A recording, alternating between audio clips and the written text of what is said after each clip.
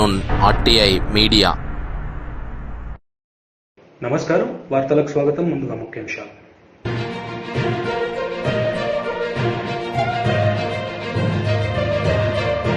కర్ణాటకలో కాంగ్రెస్ గెలుపుపై హర్షం వ్యక్తం చేస్తున్న రేవంత్ రెడ్డి, తెలంగాణలో కూడా అధికారం కాంగ్రెస్ దే అని ధీమా వ్యక్తం.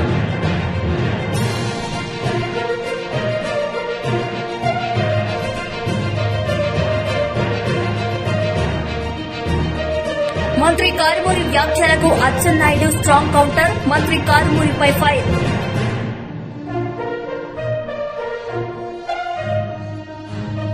రాష్ట్రంలో హిందూ సంఘటిత శక్తిని చాటేందుకు కరీంనగర్లో 1,00,000 మందితో హిందూ ఏక్తా యాత్ర నిర్వహించినట్లు భాజపా రాష్ట్ర అధ్యక్షుడు బండి సంజయ్ ప్రకటించారు.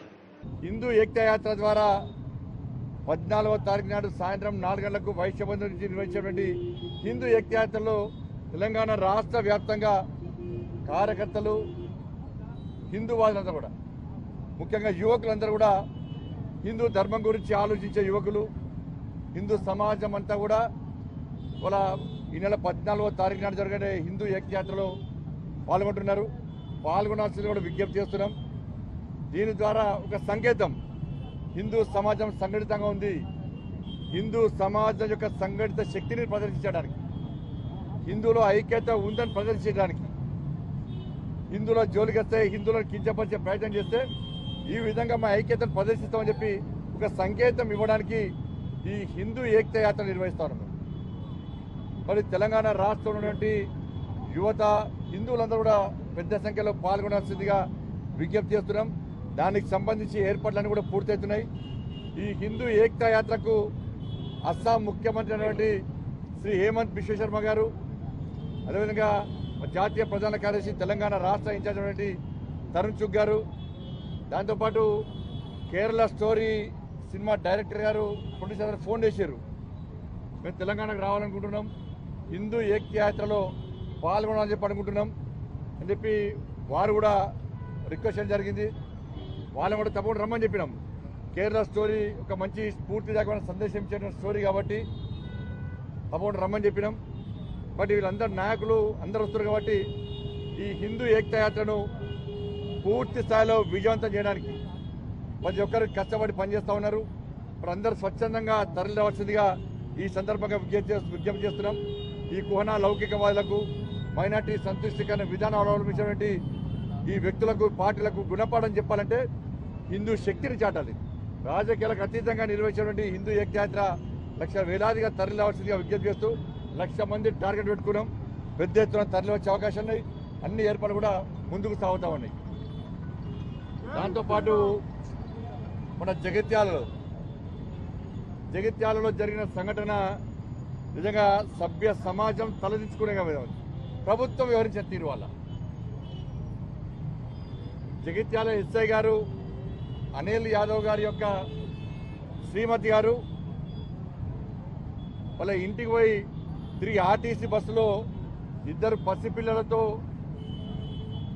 బస్సులో ప్రయాణిస్తున్న సందర్భంలో చేతిలో ఉన్న పసిపాప పాల కోసం ఆకలితో ఏడిస్తే పక్కకున్నటువంటి బుర్కా వేసుకున్న మహిళ రిక్వెస్ట్ చేసింది. ఆమె చిన్న పసిపాప ఏడుస్తున్నది, కొంచెం ప్లేస్ ఇవ్వండి, పాప పాలు ఇవ్వాలని చెప్తే కనీసం మానవత్వం లేకుండా ఆ మహిళ మీద ఇష్టానుసారంగా మాట్లాడము, బస్సులో అందరూ కూడా నిలువరించే ప్రయత్నం చేస్తే కూడా ఆ 2 మహిళలో ఒక్క మహిళను కనీసము సీటు ఇవ్వకపోవడమే కాకుండా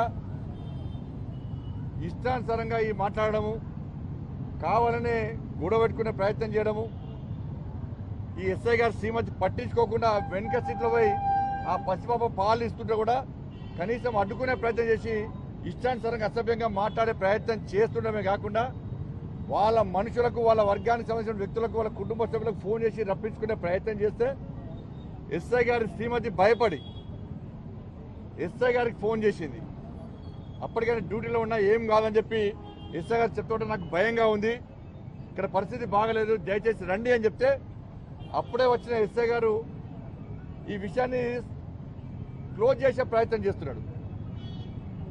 కావాలనే ఎస్ఐ గారు రెచ్చగొట్టే ప్రయత్నం చేసి అంత బస్సులో జరిగినటువంటి సంఘటన మీద ఆ మహిళ బురికేసుకున్న మహిళ వీడియో తీయలే. ఎస్ఐ గారు మాట్లాడుతుంటే కావాలని రెచ్చగొట్టి ఎస్ఐ తెలుసుకొని వీడియో తీసే ప్రయత్నం చేస్తే ఎస్ఐ గారు శ్రీమతి ఇప్పటిదాకా వీడియో ఎందుకు తీయలే, ఇప్పుడు వీడియో తీసుకొని చెప్పి మొబైల్ గుంజుకున్నందుకే సంఘటన పెద్ద సంఘటన అయిపోయింది. ఏమీ మాట్లాడకుండా జరిగినటువంటి విషయం తెలుసుకోకుండా విచారణ జరపకుండా ఎంఐఎం పార్టీ నాయకులు వచ్చి హైదరాబాద్ నుంచి ఎంఐఎం పార్టీ నాయకులు ఫోన్ చేస్తే ప్రెషర్ తీసుకొస్తే ఒత్తిడి తీసుకొస్తే వాళ్ళ అమాయకుడైనటువంటి ఎస్ఐ అనిల్ యాదవ్ గారిని సస్పెండ్ చేయడం ఎంతవరకు కరెక్టో రాష్ట్ర ప్రభుత్వం చెప్పాలి, బీఆర్ఎస్ పార్టీ నాయకులు చెప్పాలి. ఇలా ఒక ఎస్ఐగా ఉండి వాళ్ళ భార్య ఆర్టీసీ బస్సులో ప్రయాణిస్తుందంటేనే ఎస్ఐ యొక్క నిజాయితీని ప్రభుత్వం అర్థం చేసుకోవాలి, సమాజం అర్థం చేసుకోవాలి.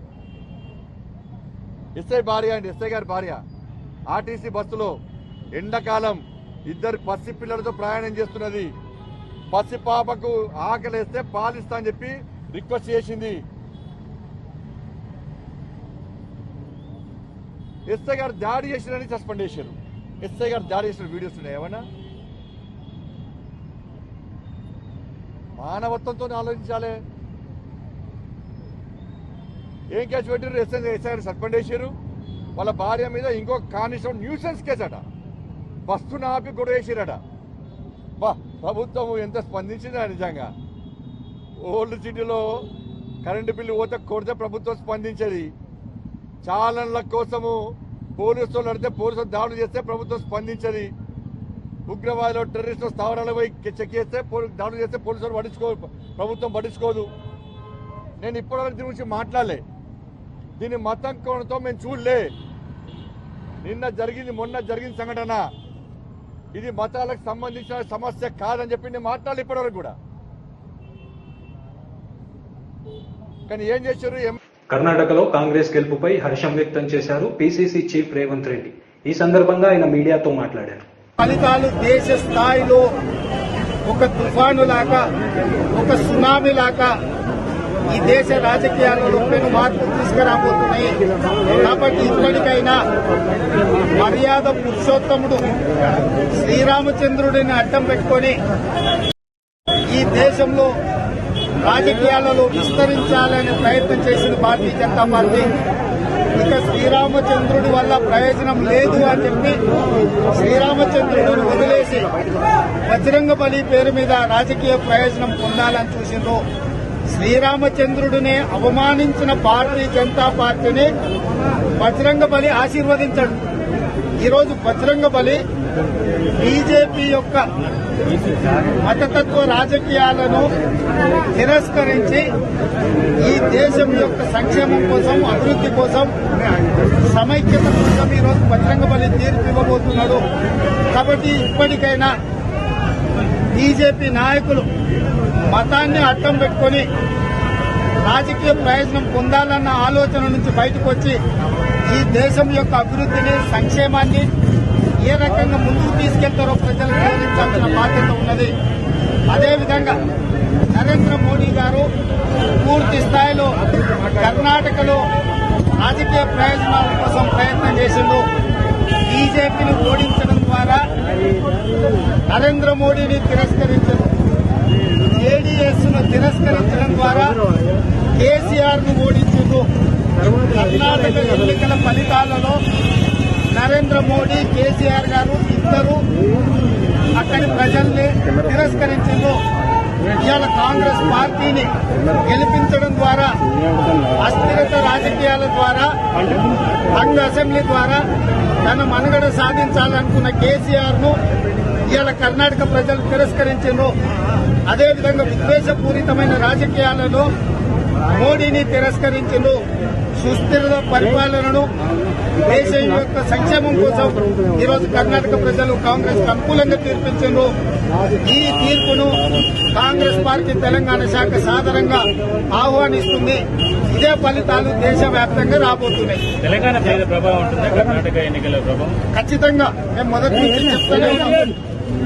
దక్షిణ భారతదేశంలో భారతీయ జనతా పార్టీకి స్థానం లేదు. ఆ తీర్పు ఇవ్వడం ద్వారా, మోడీని తిరస్కరించడం ద్వారా కర్ణాటక ప్రజలు తీర్పిచ్చారు. దాంతో కేరళలో కానీ, తమిళనాడులో కానీ, ఆంధ్రప్రదేశ్లో కానీ, కర్ణాటకలో కానీ, తెలంగాణలో కానీ దక్షిణ భారతదేశంలో మోడీని, బీజేపీని ప్రజలు స్పష్టంగా తిరస్కరించారు. రెండవది, జేడీఎస్ ద్వారా హక్కు అసెంబ్లీ తీసుకొచ్చి అస్థిర రాజకీయాలను సృష్టించి తమ అధికారాన్ని సుస్థిరం చేసుకోవాలని కేసీఆర్ ఏదైతే ప్రయత్నం చేసిందో ఆ ప్రయత్నాన్ని కూడా తిప్పికొట్టిండ్రు. కాబట్టి స్పష్టంగా కాంగ్రెస్ తో కూడుకున్న ప్రభుత్వమే తమిళనాడులో వచ్చింది, స్వయంగా కాంగ్రెస్ ప్రభుత్వమే కర్ణాటకలో వస్తుంది. రేపు తెలంగాణలో కూడా సుస్థిరమైన కాంగ్రెస్ ప్రభుత్వాన్ని ఏర్పాటు చేయబోతున్నాము. విభజించు పాలించు విధానానికి, అస్థిర రాజకీయాలకు శాశ్వతంగా కాంగ్రెస్ చరమగీతం పాడబోతుంది. ఈ ఫలితాలు రాహుల్ గాంధీ గారి యొక్క భారత్ జోడో యాత్ర వల్ల వచ్చిన ఫలితాలు, భవిష్యత్తులో ఇంకా వేగంగా ఈ ఫలితాలు ముందుకు వెళ్లబోతున్నాయి.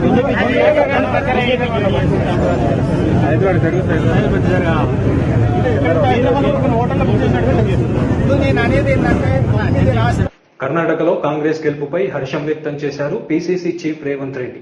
ఈ సందర్భంగా ఆయన మీడియాతో మాట్లాడారు. देश की जनता से मिला जनादेश था।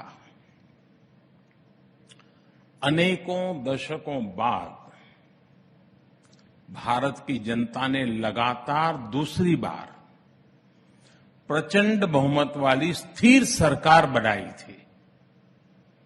देश को ये विश्वास हो गया था कि इंडियाज मूवमेंट आ गया है। आज 4 वर्ष बाद आपकी समिट की थीम है टाइम ऑफ ट्रांसफॉर्मेशन, यानी जिस ट्रांसफॉर्मेशन का विश्वास था वो अब जमीन पे दिख रहा है। साथियों, आज देश में जो बदलाव आ रहा है उसकी दिशा क्या है, इसको मापने का एक तरीका है अर्थव्यवस्था के विकास और विस्तार की गति। भारत को $1 ट्रिलियन की अर्थव्यवस्था बनने में लगभग 60 साल लगे, 60 इयर्स। 2014 तक हम लोग किसी तरह $2 ट्रिलियन के मार्क तक पहुंच पाए थे, यानी 7 दशक में $2 ट्रिलियन की अर्थव्यवस्था। लेकिन आज हमारी सरकार के 9 वर्ष बाद भारत आज लगभग $3.5 ट्रिलियन इकोनॉमी वाला देश है।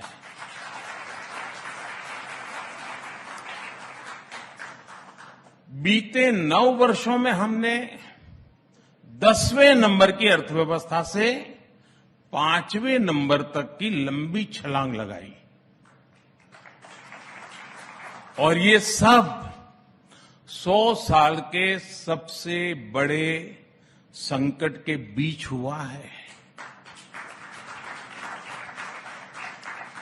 जिस दौर में दुनिया की बड़ी बड़ी अर्थव्यवस्थाएं फंसी हुई थी, उस दौर में भारत संकट से बाहर भी निकला और तेज गति से आगे भी बढ़ रहा है। साथियों, पॉलिसी मेकर्स से आपने एक बात अक्सर सुनी होगी, फर्स्ट ऑर्डर इंपैक्ट, यानी किसी भी नीति का पहला और स्वाभाविक परिणाम। फर्स्ट ऑर्डर इंपैक्ट ही पॉलिसी का पहला लक्ष्य होता है, और ये कम समय में दिखने लगता है। लेकिन हर पॉलिसी का सेकंड और थर्ड ऑर्डर इंपैक्ट भी होता है। इनका प्रभाव गहरा होता है, दूरगामी होता है, लेकिन ये सामने आने में समय लगता है। इसकी कंपैरेटिव स्टडी करने के लिए, विस्तार से समझने के लिए हमें कई दशक पीछे जाना पड़ेगा। आप लोग टीवी की दुनिया वाले 2 विंडो चलाते हैं ना, पहले और अब वाली, बिफोर एंड आफ्टर वाली, तो मैं भी कुछ वैसा ही आज करने वाला हूं। तो पहले जरा बिफोर की बात कर लेते हैं। साथियों, आजादी मिलने के बाद लाइसेंस राज वाली जो इकोनॉमी पॉलिसी अपनाई गई थी, उसमें सरकार ही कंट्रोलर बन गई। कंपटीशन खत्म कर दिया गया। प्राइवेट इंडस्ट्री को, एमएसएमईज को आगे नहीं बढ़ने दिया गया। इसका पहला नकारात्मक प्रभाव तो यही हुआ कि दूसरे देशों के मुकाबले हम पिछड़ते चले गए, हम और गरीब होते गए।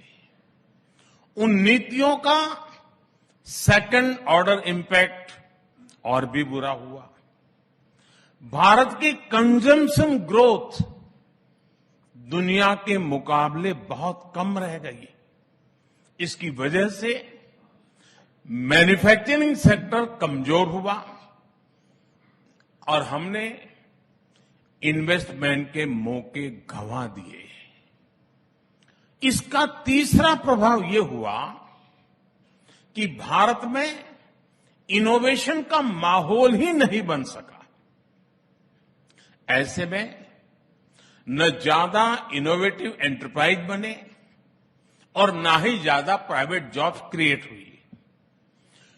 युवा सिर्फ और सिर्फ सरकारी नौकरी के भरोसे रहने लगे। देश की कई प्रतिभाओं ने तब काम का माहौल ना देखकर देश छोड़ने तक का फैसला कर लिया। ये सब उन्हीं सरकारी नीतियों का थर्ड ऑर्डर इंपैक्ट था। उन नीतियों के इंपैक्ट ने देश के इनोवेशन, हार्डवर्क और एंटरप्राइज की क्षमता को कुचल दिया। साथियों, अब जो मैं बताने जा रहा हूं वो जानकर रिपब्लिक टीवी के दर्शकों को भी जरूर अच्छा लगेगा। 2014 के बाद हमारी सरकार ने जो भी पॉलिसी बनाई उसमें न केवल इनिशियल बेनिफिट्स का ध्यान रखा गया, बल्कि सेकंड और थर्ड ऑर्डर इफेक्ट को भी प्राथमिकता दी गई। आपको याद होगा 2019 में इसी रिपब्लिक समिट में मैंने कहा था कि पीएम आवास योजना के तहत हमने 5 साल में పెట్టుబడులకు తెలంగాణ అత్యంత ఆకర్షణీయ గమ్యస్థానమని మంత్రి కేటీఆర్ అన్నారు. లండన్లోని భారత హై కమిషనర్ విక్రమ్ కే దూరై స్వామి ఆధ్వర్యంలో నిర్వహించిన ఇన్వెస్ట్మెంట్ రౌండ్ టేబుల్ సమావేశంలో మంత్రి కేటీఆర్ ప్రసంగించారు.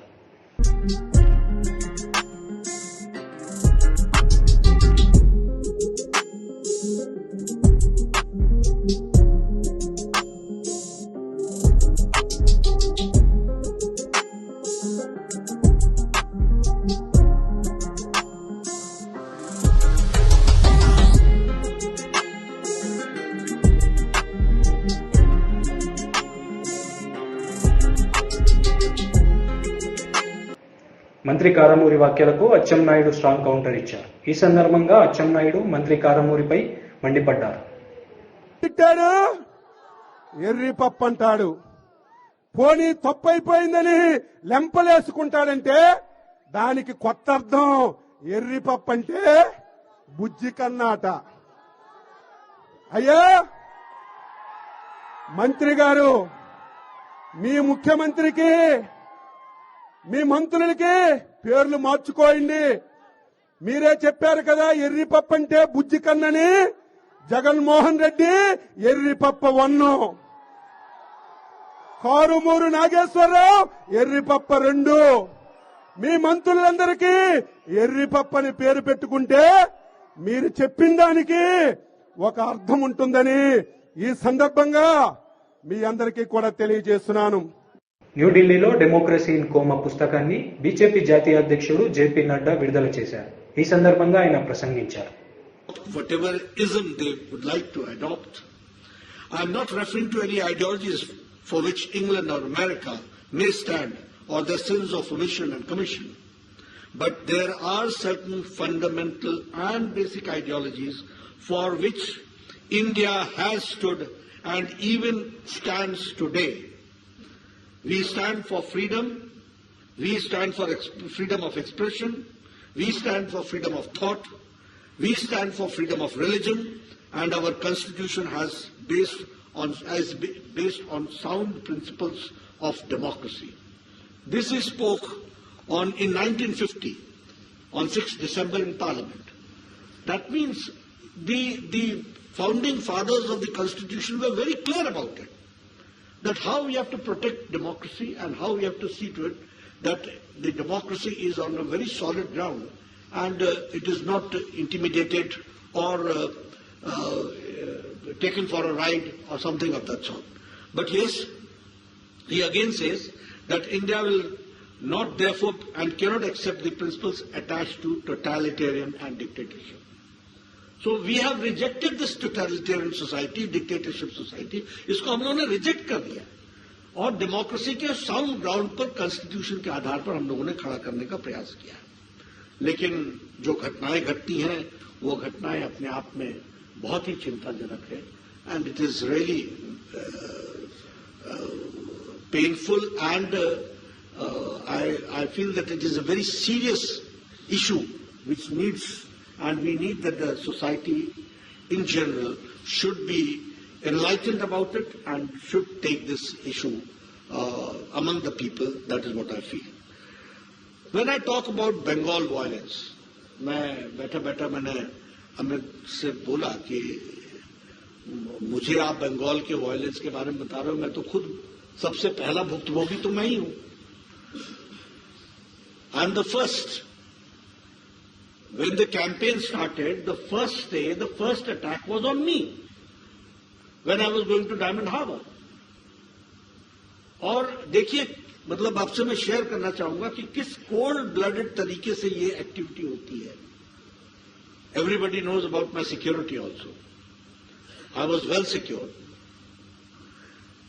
राइट हैंड साइड में बसें लगा दी जाती हैं लाइन से, so that no vehicle can overtake. मेरे सामने एक बस लगा दी जाती है, उसको स्लो किया जाता है, उसके पीछे मेरी गाड़ी होती है और इसके बीच में मेरी सिक्योरिटी की गाड़ी, वो उसको बस वाला आगे पहले निकलने देता है, फिर बीच में घुसाता है, so that they can also not come and protect me. And close range से फिर मेरे पर अटैक होता है. Had there not been a bulletproof vehicle, which they did not anticipate actually, और मेरे सिवाय सारी गाड़ियां तोड़ी जाती हैं, सभी इंजर्ड होते हैं, तो मैं तो इसका भुक्तभोगी हूं. मैंने तो देखा. And if this can happen with me, what is the common man's plight.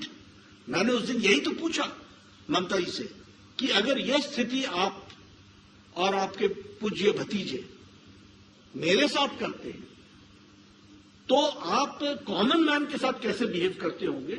इसका ये एग्जाम्पल तो मुझे बताने की कोई जरूरत नहीं है. रिजल्ट्स आने के शाम को ही हमारे ऑफिसेस जलने लग गए और मैंने उसी समय समझ लिया कि इनको ये बदला लेंगे और यह नहीं, इनको यह पसंद नहीं आया कि कोई पार्टी इतनी तीव्र गति से बढ़कर आज 77 एमएलएस तक पहुंच गई एक ही लीप में. This they have not been able to digest और ये अटैक होगा. और मैंने प्रधानमंत्री जी से बातचीत की, हमारे सीनियर लीडर्स से बातचीत की और मैंने कहा I would like to go to West Bengal and prime minister said that you should go and I visited those places. मैं क्या नरेट करूंगा आपको, एक ही इंसिडेंट सिर्फ नरेट करता हूं. एक लड़का है अभिजीत सरकार, उसका डेस्क से 30 मिनट्स बिफोर का वीडियो है, 30 मिनट्स या 1 hour, where he is crying.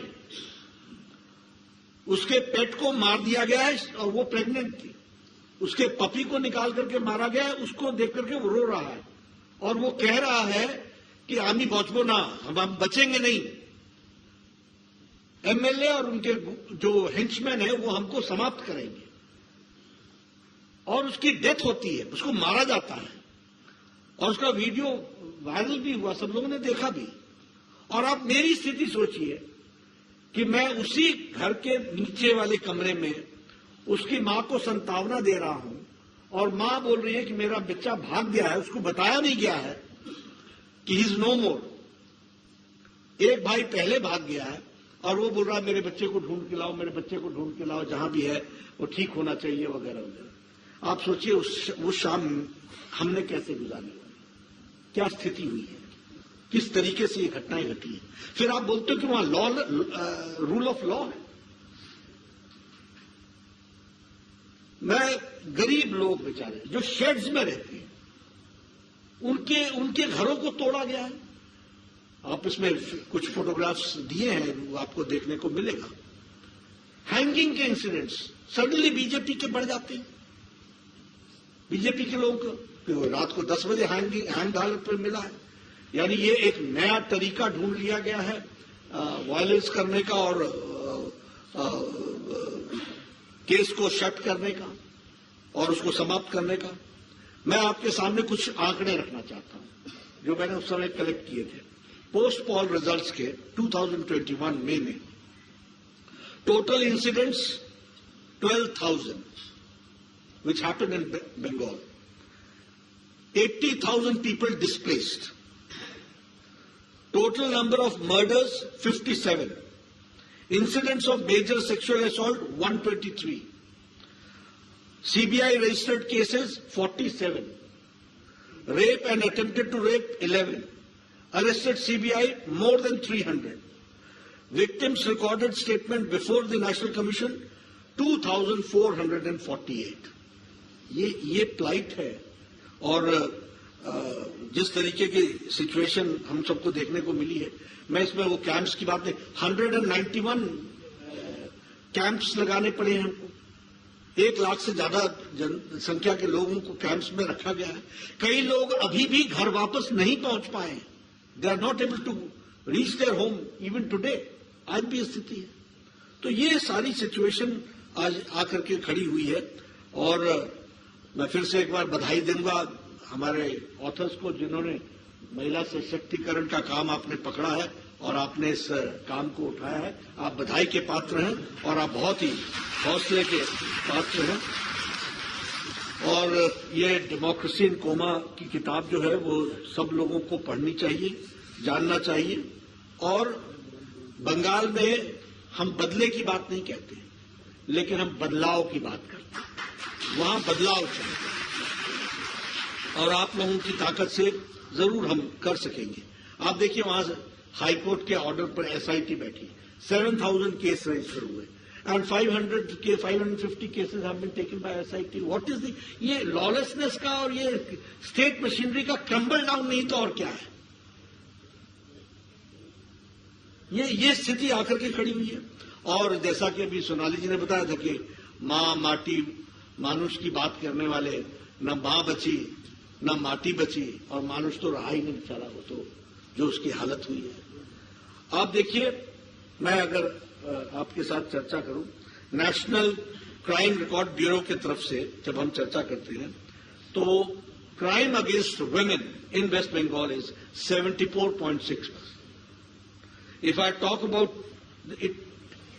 it is on the top on acid attacks. West Bengal सबसे ज्यादा एसिड अटैक में।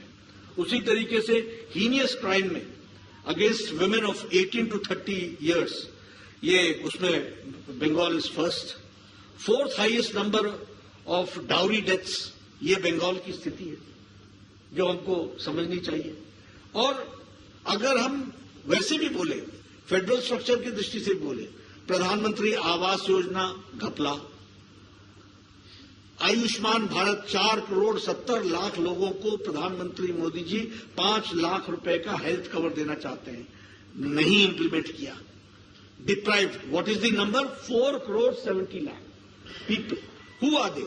रिक्शा वाला, रेडी वाला, ठेले वाला, फेरी वाला, सब्जी वाला, बस का ड्राइवर, बस का क्लीनर, ट्रक का ड्राइवर, ट्रक का cleaner, lift man, rack picker, ऐसे गरीब लोगों को मोदी जी 5 लाख रुपए एवरी ईयर हेल्थ कवर के लिए दे रहे हैं। And West Bengal is deprived and the number is 4,70,00,000। ये स्टेट है, ये स्थिति है। उसी तरीके से पोषण का फंड डाइवर्ट कर देते हैं। मनरेगा का फेक जॉब कार्ड्स के तहत एक बहुत बड़ा स्कैम होता है और गवर्नमेंट ऑफ इंडिया को यूटिलाइजेशन सर्टिफिकेट नहीं दिया जाता है। फिर ममता जी ये भी चलाती है कि हमारे साथ अन्याय हो रहा है, तुम पैसे का हिसाब न दो, आप యూటిలైజేషన్ సర్టిఫికేట్ నద్దు, आप भारत के कानून। వార్తలు ముగించే ముందు ముఖ్యాంశాలు మరోసారి.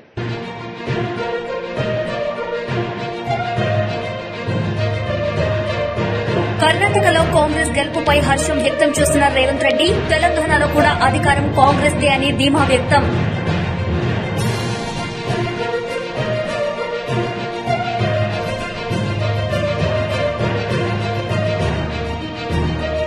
మంత్రి కారుమూరి వ్యాఖ్యలకు అచ్చెన్నాయుడు స్ట్రాంగ్ కౌంటర్, మంత్రి కారుమూరిపై ఫైర్.